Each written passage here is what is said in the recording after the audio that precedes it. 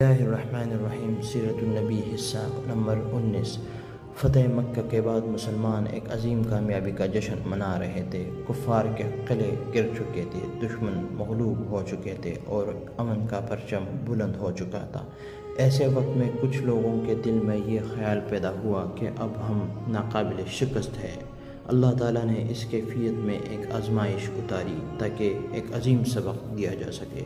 فتح صرف اللہ کے ہاتھ میں ہے اور کامیابی صرف اسی کی مدد سے ملتی ہے۔ یہ سبق مسلمانوں کو دیا گیا غزوہ حنین کے میدان میں۔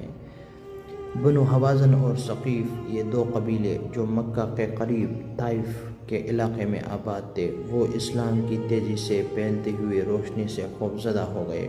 انہوں نے اپنے تمام جنگجو، تیر انداز اور سردار اکٹھا کیے اور مسلمانوں کے خلاف جنگ کی تیاری کر لی۔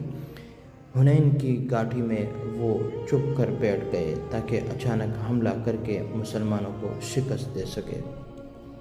یہ پہلا موقع تھا جب مسلمانوں کی تعداد دشمن سے زیادہ تھی۔ 12,000 کا عظیم لشکر۔ صحابہ رضی اللہ عنہم میں سے کچھ ایسے بھی تھے جنہوں نے دل میں کہا، آج تو ہم اپنی تعداد کے سبب ضرور غالب آ جائیں گے، لیکن وہ نہیں جانتے تھے کہ اللہ تعالیٰ اپنے محبوب بندوں کو غرور سے پاک دینا چاہتے ہیں۔ اسی لیے آزمائش قریب تھی اور سبق بہت گہرا۔ جیسے ہی مسلمان وادی حنین میں داخل ہوئے، دشمن نے گھات لگا کر اچانک حملہ کر دیا۔ بارش کی طرح تیر برسنے لگے، مسلمانوں کی صفیں بکھر گئی، کچھ لوگ پیچھے ہٹنے لگے۔ وہ لمحہ ایسا تھا کہ دل تھام گئے اور آنکھیں حیرت سے پھٹ گئی۔ یہ اللہ کی آزمائش تھی، غرور کو ختم کرنے کا پہلا قدم۔